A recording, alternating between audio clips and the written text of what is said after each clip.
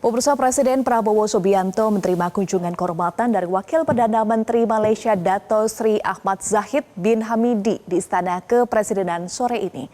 Lalu bagaimana jalannya pertemuan? Informasi akan disampaikan oleh rekan saya, jurnalis Metro TV Syekh Al-Hadar, langsung dari Istana Negara, Jakarta.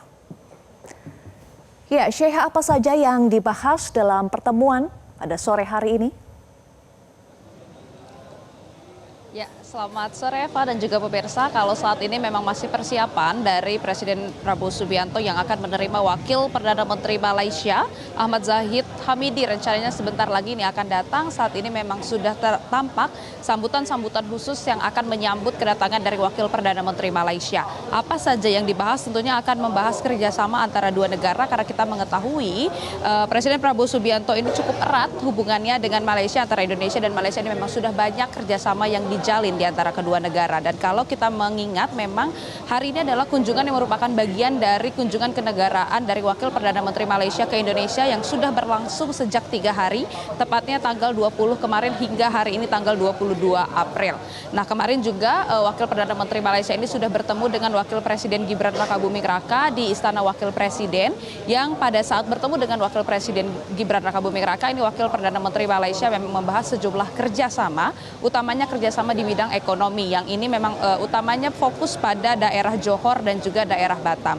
Kemudian setelah bertemu dengan Wakil Presiden, Wakil Perdana Menteri Malaysia ini juga berkunjung ke kantor Badan Penanggulangan Bencana atau BNPB.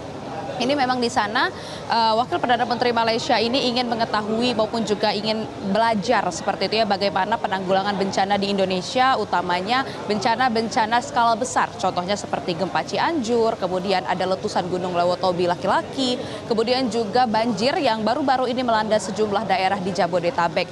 Jadi kemarin memang kunjungan dari Wakil Perdana Menteri Malaysia ke BNPB ini membahas sejumlah hal, kerjasama, kemudian juga mencontoh bagaimana BNPB ini melakukan mitigasi maupun juga penanggulangan bencana, utamanya adalah menyalurkan bantuan-bantuan kepada korban-korban bencana. Nah, untuk hari ini dijadwalkan memang akan bertemu juga dengan Presiden Republik Indonesia Prabowo Subianto di Istana Negara. Rencananya sebentar lagi, kini memang masih persiapan dan menunggu kehadiran dari Wakil Perdana Menteri Malaysia, dan tentunya ini akan membahas sejumlah kerjasama penting di antara kedua negara karena kita mengetahui juga Presiden Prabowo Subianto ini sudah beberapa kali bertemu dengan Perdana Menteri Malaysia di Malaysia beberapa waktu lalu, dan hari ini akan menerima Wakil Perdana Menteri Malaysia. Sementara itu yang dapat kami sampaikan, Eva, kembali ke Anda.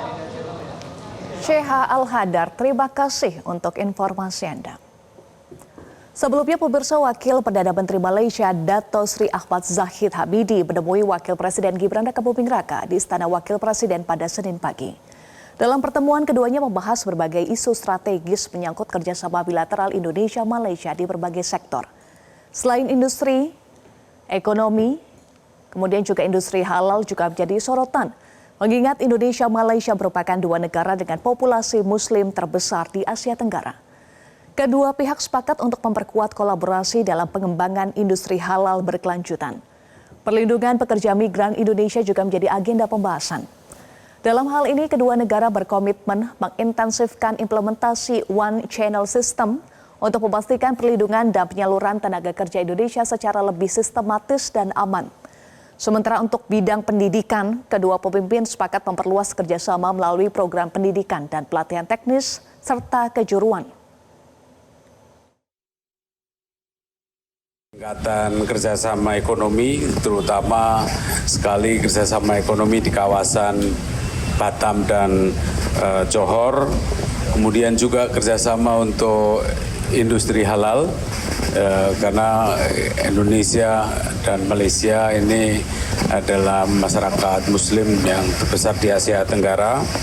Kemudian juga perlindungan pekerja migran Indonesia, jadi diintensifkan itu One Channel System bagi perlindungan tenaga kerja Indonesia.